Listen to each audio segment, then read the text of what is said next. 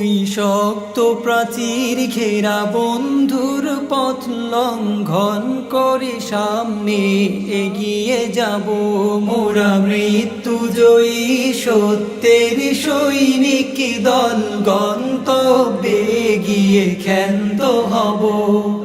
ওই শক্ত প্রাচীর ঘেরা বন্ধুর পথ লঙ্ঘন করে সামনে এগিয়ে যাব মোরা মৃত্যু জয়ী সত্যের সৈনিক দল গন্তব্যে গিয়ে ক্ষান্ত হব।